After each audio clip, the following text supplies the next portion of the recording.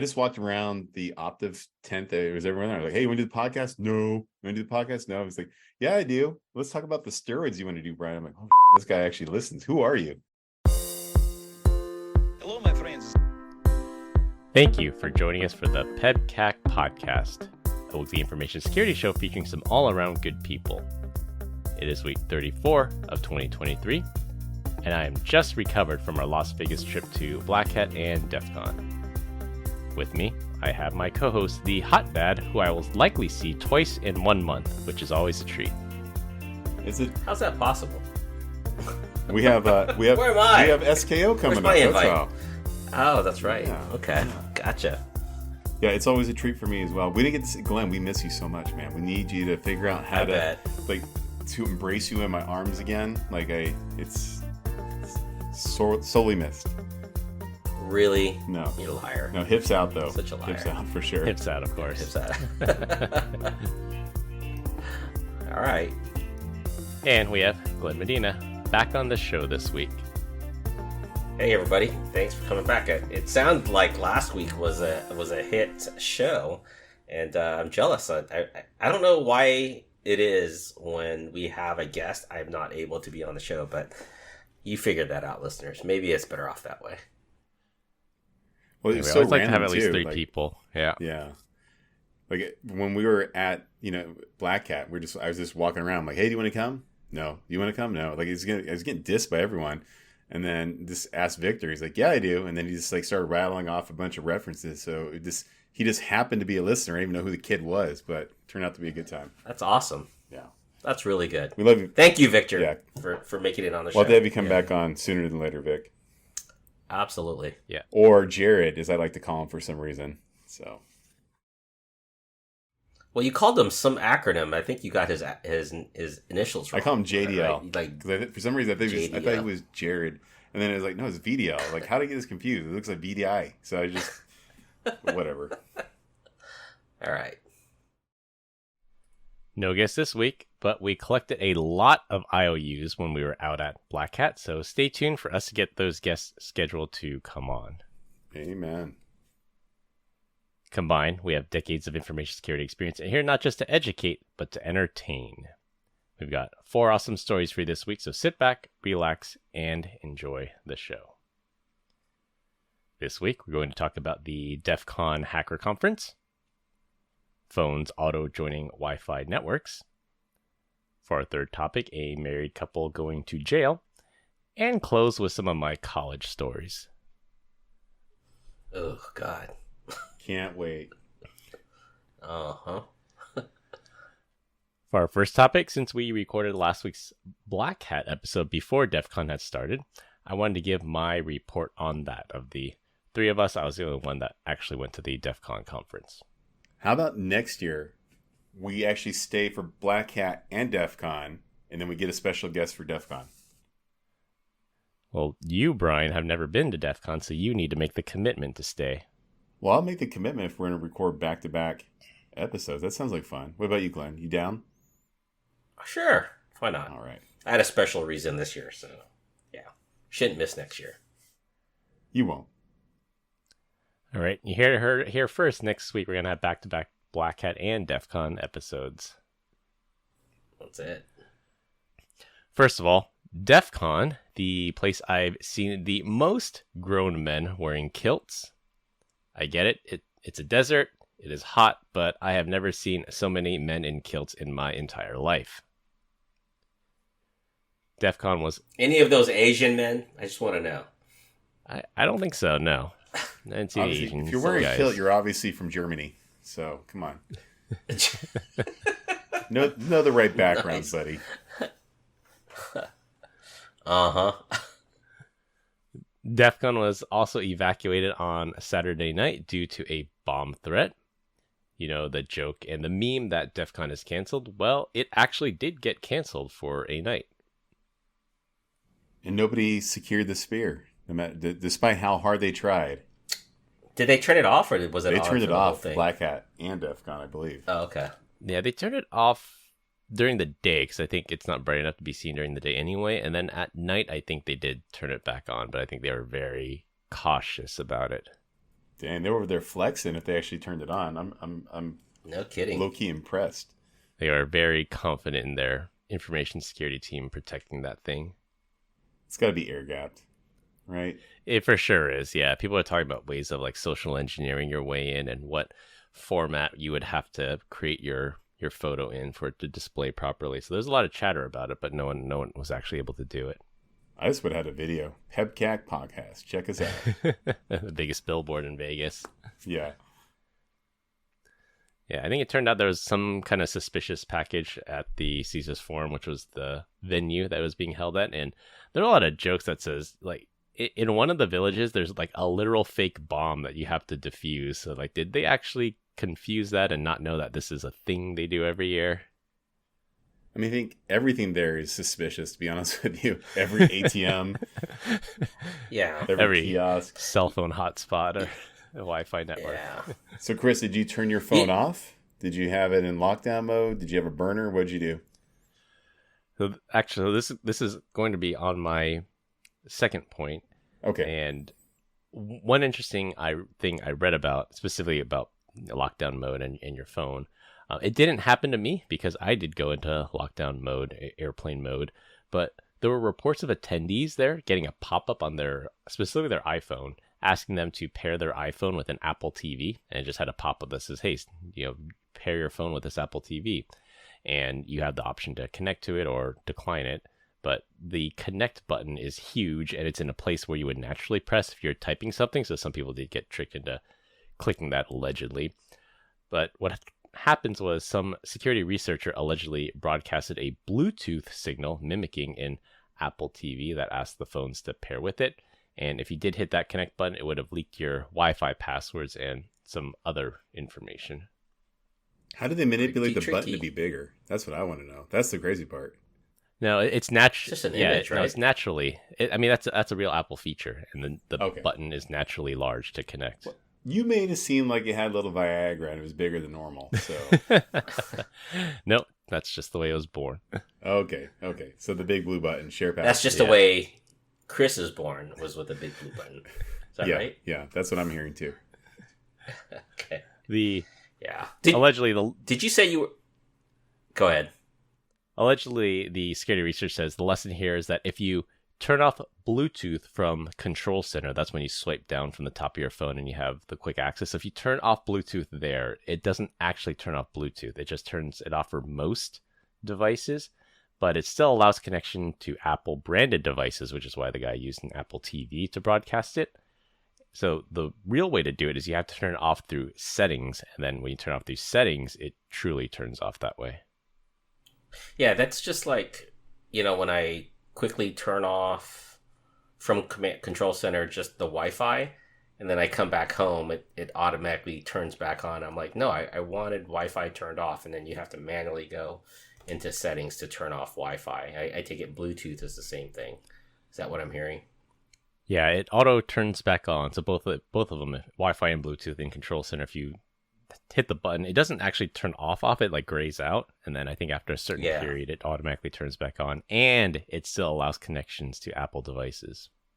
So was this speculation that it was an Apple TV that number one was hacked somehow, and number two, it was actually getting your information? Or did they actually show like, hey, listen, this is my device.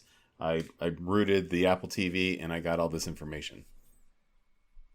I didn't read through the entire write-up. It made it sound like the researcher was mimicking a signal from an Apple TV, and allegedly he says he didn't collect any information. He's just trying to, quote, teach people a lesson. Research. Yeah. Sounds like a fancy pineapple Wi-Fi. Something like that. It could have been a pineapple. But actually, pineapple doesn't do Bluetooth, only does the Wi-Fi. Yeah. Speaking of which, did anyone have that little cricket, the little clickers? Did anyone have that? Still not for sale, by the way. In this thing? On the internet. Yeah. Oh, you got one. Did they have that? So the Flipper. Did you buy it? The Flipper Zero. So the Flipper Zero, they did have them at DEFCON. The line there was insane. There's a joke that's called LineCon, and that's part of going to DEFCON is there's long lines everywhere. Like when you used to buy your ticket, it had to be cash. You'd line up at 5 a.m. and get in this really long line, and then there's just long lines everywhere. So that's always been a joke and a meme. But this year, I think there was way more people this year than last year. And the line just to get into the vendor area, just for the privilege of looking around and buying something, was like over 2 hours. And then at some point the line got so long, they're like, no more new people in line. We can't handle the people that are already in line. So did you buy the flipper there? So, I actually bought it afterwards, so I didn't want to wait 2+ hours in line. And I went to the website and they said, yeah, they got them in stock, and I got it in like 4 days. Holy crap. Why didn't you tell me? I would have had one ordered with you. Yeah. Well, I'm telling you now. Go there. Okay. Well, you see, it's extremely customizable, but you really have to do your due diligence. Like, it'd be rad, like, if it just came out of the box, if I sat in front of, like, one of those guard gates and just recorded the signal to be able to hack the gate from opening and closing. But there's a lot more work that's is pretty involved. Yeah. To program a flipper? Yeah. Yeah. It's not for script kiddies. You actually have to know your way around things, which is probably better, so you don't have all these hooligans doing mischief with them. Hooligans? See, my son blew me away. Like, he watched some stupid video of back in the day. He had like a Game Boy Advance, and then he had like a Nintendo 3DS, and there was this thing that came in a Nintendo Power magazine that was like a card reader, but you had to daisy chain these two things to go because you didn't have enough interfaces on the 3DS to make this work, so you had to do this thing. He's like, so I'm going to figure out how to do it, and so I'm going to go ahead and just learn assembly. I'm like, oh, okay. And I'm like, I thought he was just going to be like kind of rolling code, but no, he sat there. I'll send you guys pictures. Like, he was looking at people's code, and then he's like, and it's done in color too. So he's sitting there handwriting stuff and trying to figure out like how this code actually works. And then when he went to go do it, it worked. And so he was making legit Pokemon, I don't know, Poke something actually appear. And then what's interesting about this is that if you do this, the only way you would have ever gotten this is if you had the Nintendo Power magazine and is using like dot code or some craziness, and then it unlocks this character, and then it becomes certified legit. So then there's a whole thing about this. Like, apparently you can take your Pokemon from all your other devices throughout the years and bring them all the way up to your Switch. And so that was one of the things he was doing this last couple of weeks. But he actually got it to work. And he was talking about it. He's like, yeah, I don't understand. He's like, I rewrite this, and so I have to push it forward by 4 bytes and stuff like that. And then I move, and like these other macros get moved, and it's kind of dynamic. And he's looking at me like I know the answer. I'm like, I don't know what you're talking about, man. But good for you. You figured it out. Cheers. Yeah, good for him. I think you would love to have one of these Flipper Zeros, Brian. That'd probably be a good birthday gift idea. That I would, or he would? $169. Not bad. Both of you. So what was a Pi running back then? Pi was running about $100. No, the original 35? Raspberry Pi was $35. That was the intent, that it was an affordable computer. Mm-hmm. Okay. So you plan on doing anything other than like broadcasting a crap ton of Wi-Fi networks on there? I think that's like the only out of the box thing that's on it.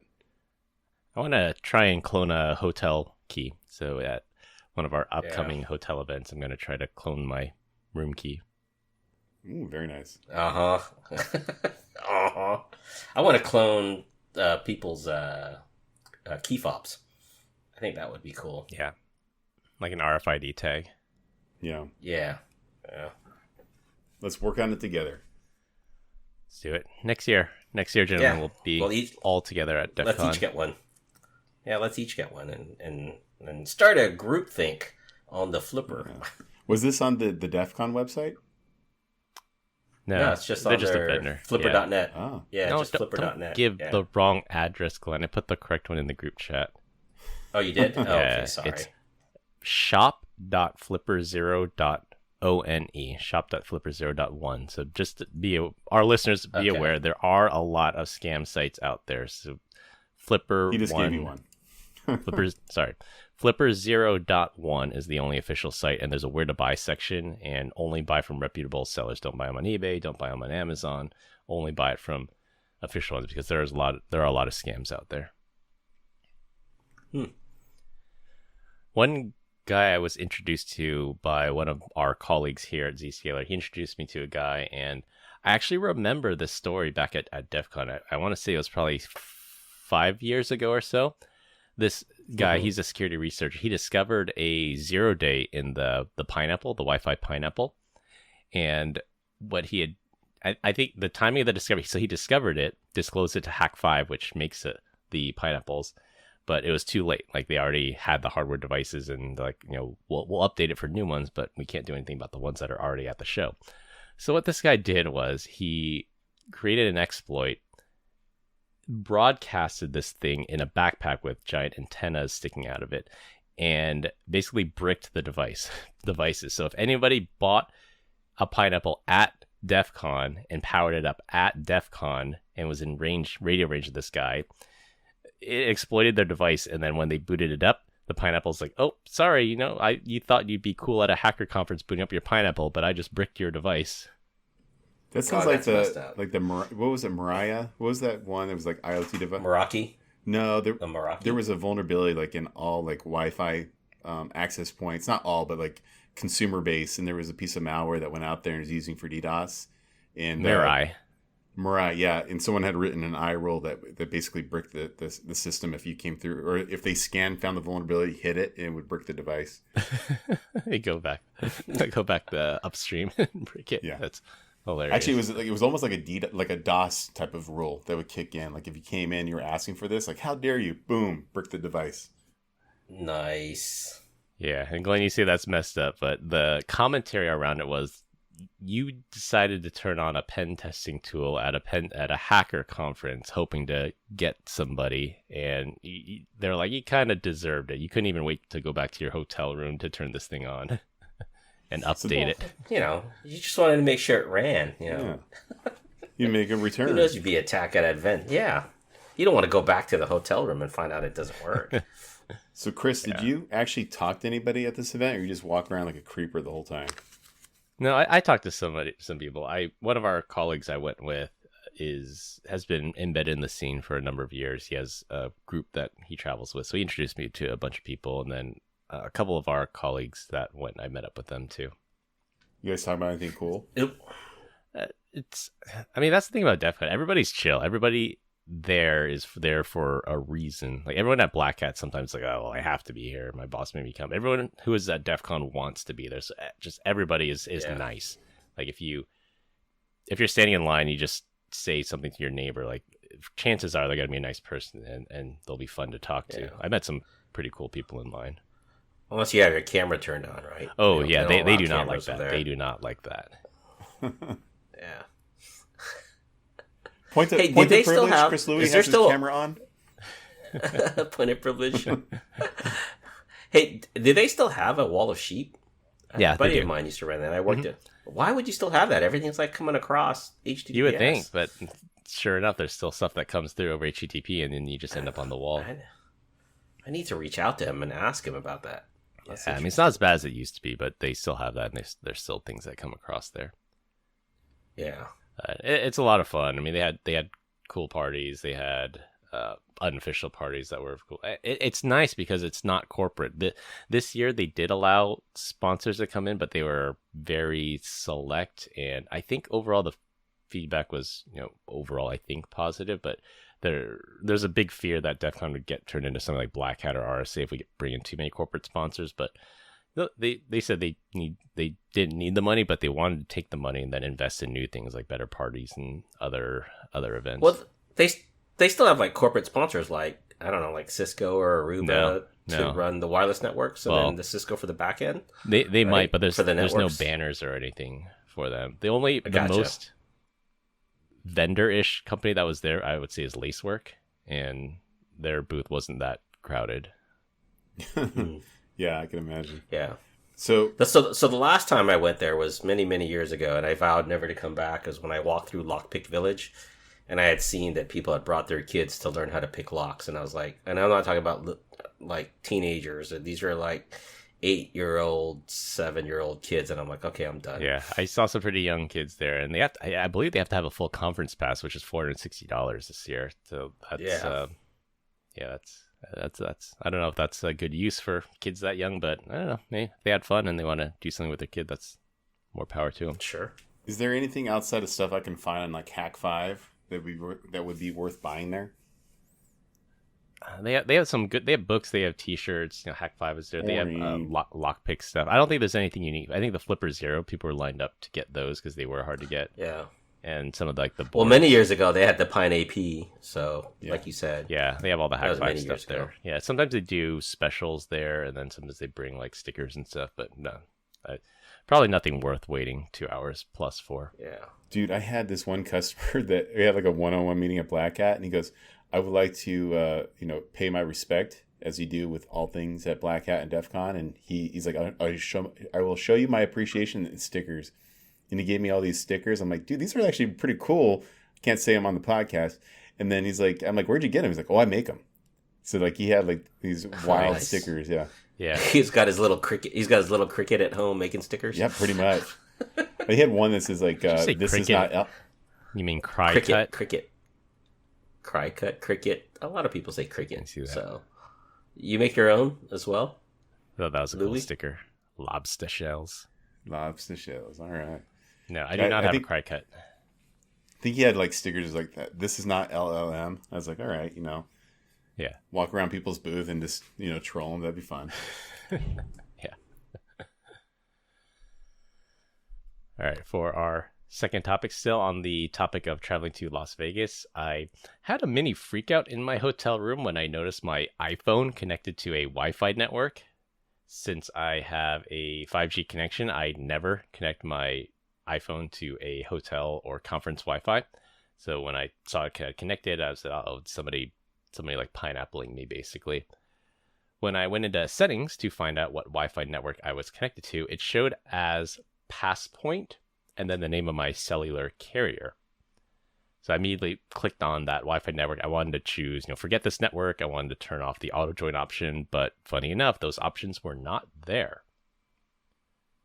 I did some digging on this one, and apparently it's a feature that many cell phone carriers offer to locations that have either low cell coverage or very high density population, so like a Vegas hotel. They can hook up a Wi-Fi router to an LTE signal, and the phone, through its carrier settings, knows to auto-connect to these trusted network devices. No thank you, I'll take my chances with my cell signal. I had the exact same thing. I noticed that exact same thing I dug into. I was like, oh, yeah, this is that device that just plugs into the internet and they use it for transport. But, yeah, I was the exact same way. Just Wi-Fi off. No, thank you. This is risky. I don't want any part of it. And well, they do that to boost coverage, right, inside the hotel room. Yeah, so instead of deploying more cell towers, they just have a few cell towers, then they just connect the rest through Wi-Fi. Yeah. I'm surprised they didn't, like Verizon has those cows, those mobile antennas that they place strategically around for when they know dense things. Like concerts. Things are going to happen. Outdoor events, concerts and Dreamforce or Oracle Open World. Yeah, one of those things. Yeah. I'm surprised they didn't bring those in. And I remember when Oracle Open World was in San Francisco, and then my wife worked in downtown San Francisco at the time, and I could not call or text her because the towers are just so saturated. Yeah, and I think they just that put eventually. a new tower right. So that's what you told your wife, right? Oh, there you go. They just put a new tower by my gym, and like you look at your phone, and you're like, "Wow, man, I'm like 5G on steroids right now." Nothing works. You can't get a phone call, a green text message. Like it is, I don't know what's going on, but there's something still working the bugs out. Yeah, it's wild. So. Like you get nothing, then you like, and it's like a pretty big radius to where I'm at. So probably about 3 mile radius. Like I might be listening to a podcast and just dead, right? Nothing, literally nothing works on there at all. Then you get into the gym, and then like you jump on. I'll use the Wi-Fi at my gym, and immediately all my messages start coming in. I'm like, what the hell's going on here? It's so weird, and I can't do the remote start for my vehicle, let it cool off anymore. So. Maybe it's just they're pre-provisioning that cell tower still. Hasn't been ready yet. Yeah, I have no idea. It's just a black hole at this point. Yeah. I noticed it's making you grow hair too, so it must be doing something. Man, someone took a picture of me the other day from behind. And you can see there is a cul-de-sac there, even though I shave every day. God like, I'm looking old. It's that road gain kicking in. It is a cul-de-sac, man. That is awesome. Like that 5 o'clock shadow comes in thick. And I don't know why. Like, and on top of that, like 2 years ago, I went and I tried to have all the hair off my head lasered off because I got tired of shaving it. No, you can see that thing. It's thick, like the old COVID tests that were positive. Nice thick antibodies on there. There you go. For our third topic, I just had to throw this story in as the cryptocurrency story of the week. Last year, we reported on the so-called Bonnie and Clyde couple that stole millions of dollars worth of Bitcoin from Bitfinex back in 2016. Over time, that Bitcoin appreciated to almost $4.5 billion, and they laundered the money and spent it on the wife's rap career to make really cringy rap videos, and they also bought some Walmart gift cards with it, which is ultimately what got them caught. Well, the update here is they both pled guilty to stealing and laundering the Bitcoin. Their charges carry a maximum jail sentence of 25 years.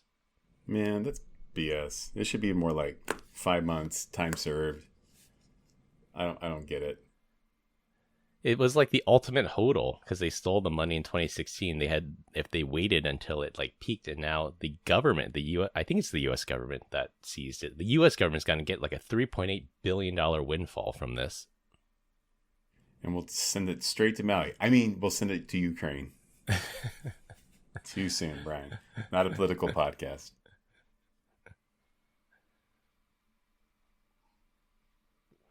What do you think, Glenn? Was it justified 25 years? It's like taking a life, man. I don't know. That's a lot. Maximum. So realistically, they'll ask for the maximum. They'll maybe get sentenced to 10. They'll be out in 5 with good behavior.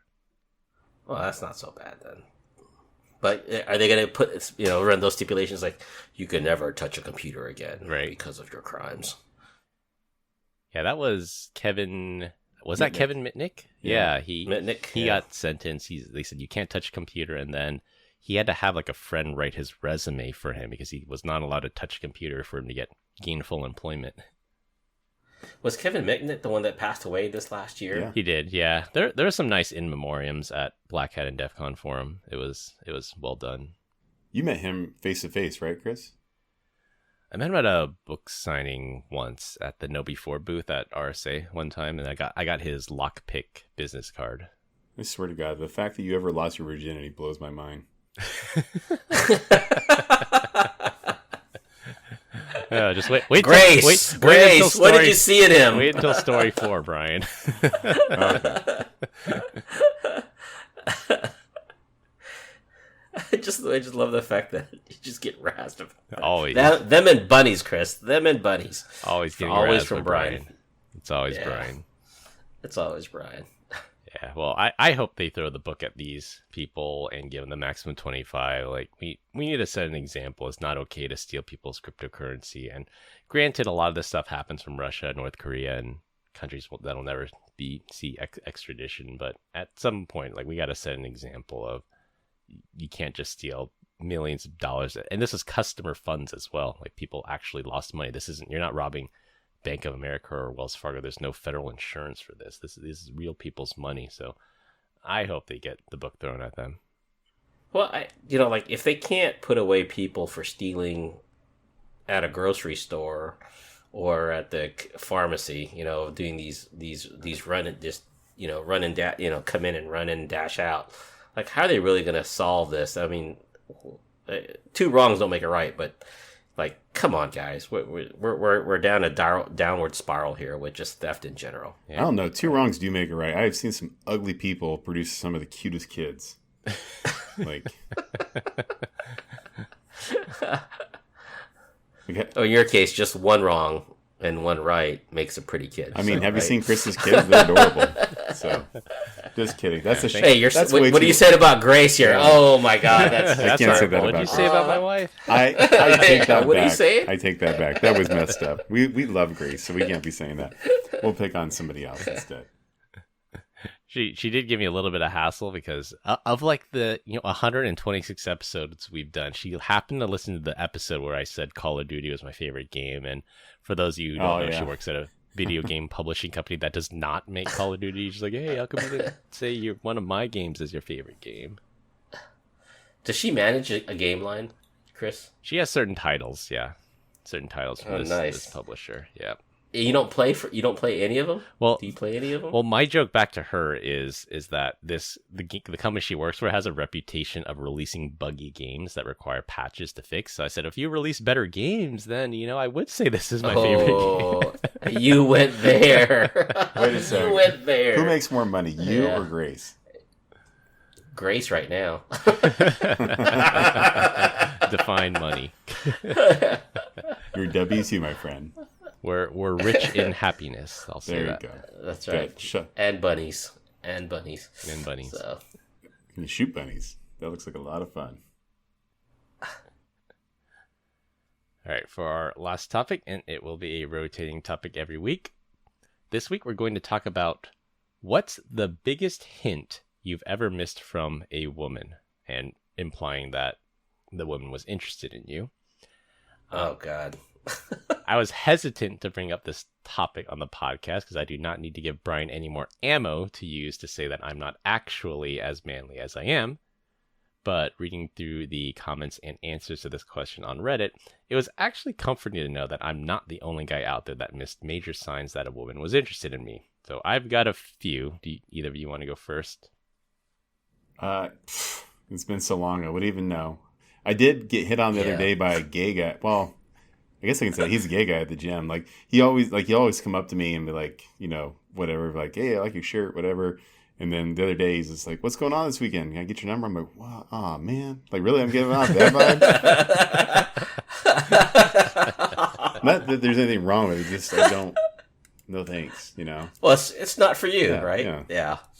I was sitting a similar story, but except I was at a Starbucks waiting for my middle daughter to come out of school. I was picking her up at Sac State, and this guy came up to me and says, "Hey man, really nice shoes. Those are cool." Yeah, I'm like, "Yeah, I just got these. I'm digging them, man. They're really cool. They're Kohans, right? And they're boots." And he's like, "Yeah," and he was giving me this. We're just having a conversation going back and forth. We're chuckled, and I was like, "Okay, well, I gotta go pick up my daughter." And he goes, "Oh, okay." And so I pick up my daughter like 10 minutes later from campus, and I repeating the story to my daughter, and she says, "Oh my gosh, Dad, that guy was totally trying to pick you up." And I'm like, "What? What are you talking about? He was just good conversation. He liked my shoes. I thought I was telling him where to go, where I got them and where they're on sale." And she was like, "No, Dad, he was really trying to pick you up." And I'm like, "Oh." He's like, "What are those, size 13? Is it a wide shoe?"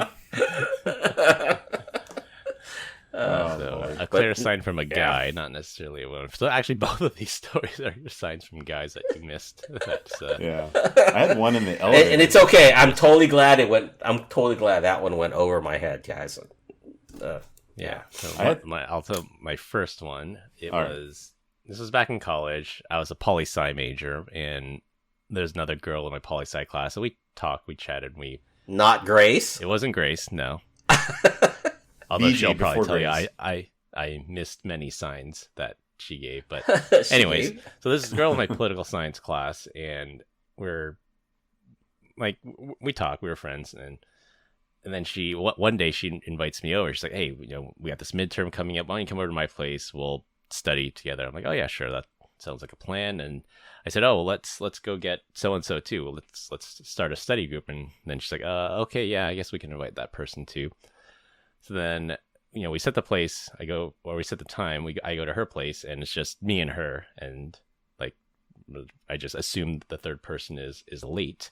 And I'm like, "All right, let's hit the books. Let's start studying. Let's quiz each other or do whatever." And then maybe like a half hour goes by, and then the third person shows up, and then the girl I knew had excused herself, and I asked the other person, like, "Hey, why'd you show up so late? Were you held up?" It's like, "No, she told me to come at this time." So she had told me to come a half hour earlier before the third person that showed up, and I guess I completely missed that one. Oh, just 30 minutes is more than enough time with Chris Louis. Apparently, yeah. sock on the door and everything. So did you ever follow up on that threat? Like that. No, I did not. This person, she was nice, but I was not romantically interested in her. Romantically interested? Not your type. not your type. Then is what you're saying. She kind of like a snaggletooth monster. No, she was a smoker, and I didn't want to date a smoker. Oh gosh, I could see that. Yeah, it's like an ashtray. I've had that before. Yeah. Like, whoa, that is no thanks. I'm passing. Yeah. How is that still a thing? I don't get it. Like the younger generation, like now I know some of my daughter's friends, they vape. I know my nephews vape. And a couple smoke, but I still don't get it. Like in this day and time with all the education that's going on, and even just from a sensory standpoint, it's nasty. I think it's nasty, but some people must think it's something nice. Yeah. The vape, at least the vape doesn't smell bad, right? It smells like, I don't know, cherries or apples or something nowadays, but whatever the heck you're smoking, whatever it is. But what does it on. taste like? Is it like you've been sucking on a battery all day? Like that does not sound like anything you want to taste. Maybe you do. I have no idea. Yeah. Maybe the next person on the podcast has to be someone that vapes, and they can tell us the draw there. They just love putting stuff in their mouth. The nicotine? It's probably the nicotine without it necessarily being just as stinky. I don't know. True. Yeah, one of our colleagues, I know she used to vape, which I didn't expect it from her until we hung out at SKO, and then she was just like vaping like crazy. I'm like, oh, that's an interesting habit that you have. Anytime I see anyone younger than me actually smoking a cigarette, it's like I just want to roll down my window and be like, are you stupid? Like, I want to know, like, seriously, have you not seen everything that's been put out there about cigarettes and you're still the person doing that? It blows my mind. Yeah. Well, I'm looking at from personal experience and history here. I'm like, I look at my dad and his brothers, 89 years old, lung cancer. And you're like, yeah, no thanks. No thanks. My grandma has been drinking and smoking every single day of her life since she was like 13 years old. Pinnacle of health. Like never a problem. And she's like, I think she's like 91, man. She's just like cruising. Like, and doctors like, yeah, lungs look fine. It's like, how is that possible? How do you smoke like a pack of cigarettes a day and your stuff doesn't look like tar? I don't understand. It's just like Ozzy Osbourne. He's taking every drug known to man and he's still alive. Like, they need to study that guy. My grandma is not like Ozzy Osbourne. That dude is a functioning, like, derelict. Like, he's like, I don't know what you're saying. My grandma is coherent and amazing. So how dare you? All right, Brian, do you have another story? You're about to go. Well, I just want to say, I had a grandmother that smoked cigarettes unfiltered. Oh, dang. Camels unfiltered. Yeah, so. That's a man right there. Yeah, that was. And she, I'd like to say she lived to about 95. And she drank beer with it. And I was like, what the heck? Crazy. Yeah. Maybe the men in my family are weak, and it's the grandmothers that are strong. Could be. All right, back to Chris's stories of dodging bullets, maybe. Who knows? Could be. Yeah, could be. It wouldn't be Grace. Maybe it was a different woman's name he could be married to at this moment in time. Going on. Who was the second? Oh, it's on me. I thought you had a story, Brian. No, I don't have any stories. I'm lame. There you go. His are all wrong. Wrong. Yeah, like I was like, exactly. Like I was on an elevator once and a guy came in and he's just like, he's like, you smell good, right? And I'm like, oh, well, let's out-creep the creeper, right? And it's like, well, yeah, I just like this new beard oil put on there.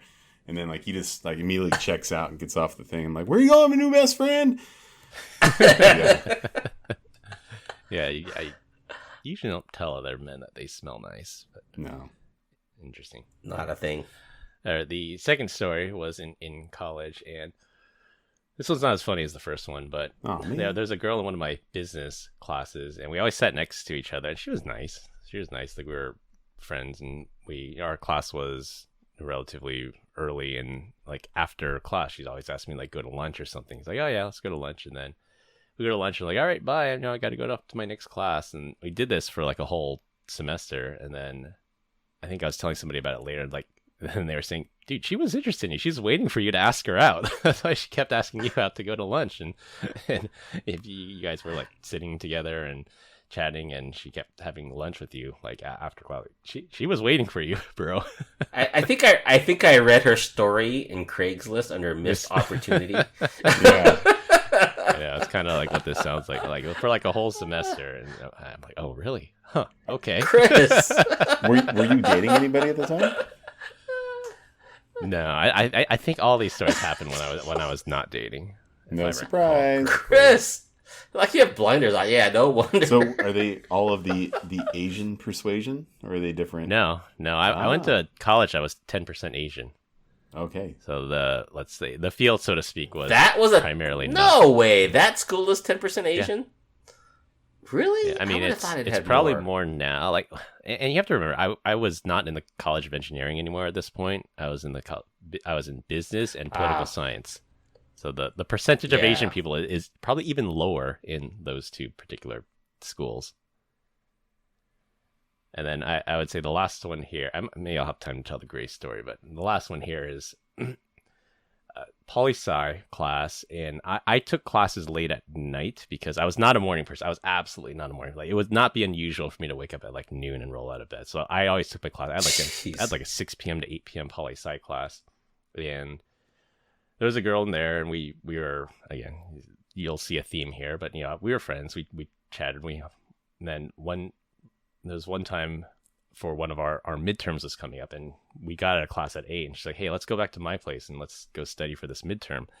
And our class was actually pretty close to the library at this time, and I was telling her, like, hey, let's just hop over to the library. And she's like, no, why don't we go back to my place? We'll pick up some food on the way, and then we can eat and we can study up. And I said, well, the library allows you to eat food in this particular room. We could just go here and get some food, and then let's go study at the library. And she's like, yeah, okay, I guess we could do that. You idiot. Yeah. I can count like numerous chances for you, Chris. It's just like. So what I'm really hearing here is that the poli-sci girls are thirsty. Yeah, I guess so. Yeah, 2 are poli-sci, 1 was business. Wow. Yeah. And what was Grace? What was Grace's major? Marketing? She was computer science, and then she switched to graphic communication. So she was. Did you almost miss that opportunity as well? Yeah. How many times? No, because Grace was forward. Grace would actually hit him over the head with a hammer. She was like, she would tell you there. Prearranged. Yeah. She would tell you there are many missed opportunities. That'd actually be funny if we can get her on and tell her side of it. I mean, there was like another time. You're not getting my wife to tell the story, by the way. I know the story. Go on, Chris. This was with Grace. I think we had gone on a date. I can't remember if we were dating at the time or not, but basically, so we went out. So basically, we went out. She drove. She dropped me off at my place. We lived in separate places. And she's like, okay, I had fun tonight. Let's do it again sometime. I'm like, all right, yeah, cool. Peace out. And then I ran upstairs, and my roommate was home at the time. And you probably did that Narnia run with your arms behind your back. Probably. Ass up there, yeah. And then I get up, and then my roommate's like, oh, you're back already? I was like, yeah, we got finished. And he's like, where's Grace? And I'm like, oh, crap, I probably should have invited her to come up, huh? And then I told her this story. I can't remember if it was years later or months later. And I said, oh, yeah, I was kind of an idiot. I should have invited you up at that time. And he's like, yes, I was wondering why you didn't invite me up. It's good to know that you weren't a rude jerk and you were just oblivious. It makes me feel better to know that you were just totally oblivious and that you weren't trying to. So, hold on. We're not gonna title this segment "Missed Opportunities for Chris." We're gonna retitle this segment "Oblivious Chris." Captain Oblivious from here on out. That's just Captain Oblivious from now on. That's a good one, Glenn. Good job. Yeah, but Mr. Obvious is what we're gonna call him. see, I look back on that now and like, yeah, there are plenty of. I was pretty oblivious, but reading the thread, I should actually probably link through to the thread. But reading the thread, there were like way more stories of people being way more oblivious, but I was at least comforted in knowing I wasn't the only guy out there missing all these signs. Well, we're not surprised, Chris. Good job. Yeah. I'm opening up to you guys and the listeners. Yeah. So, yeah, and everyone, for those, it's Chris's password is Missed Opportunities 2023. So... You'll find him later on Casual Encounters, though. Yes, you will. Just go through. Well, actually, you'll find the women that are chasing him under Casual Encounters. It's oblivious to things. Who knew? Chris is the hot podcaster. Because apparently. That's right. At least in college it was. At least. Well, we continue to get great comments about our dad joke of the week. Dad joke of the week. This week, I'm up. do you know the price of a chimney? You would think it would be nothing because it's on the house, but it's actually through the roof. Ah, double entendre. Wow. Look at that. All right, to wrap things up, DEFCON was canceled this year for one night. Don't be alarmed if you see your phone connect to Passpoint Wi-Fi. The law will catch up to Bitcoin thieves, and I was very dense in college. That's all I have for this week. We hope you enjoyed this week's episode. You can find us all on LinkedIn. Links will be in the description. Follow us on Instagram at PEBCAK Podcast. Thank you to all the listeners and subscribers who rated us 5 stars in the iTunes Store and Spotify and left us a review. We appreciate you all spreading the word to help grow the show. The best way to find us is to search for the PEBCAK Podcast on your favorite podcast listening app. For our co-hosts Brian Deitch and Glenn Medina, I'm Chris Louie. Thanks for listening. We'll see you all next weekend. As always, have a nice day.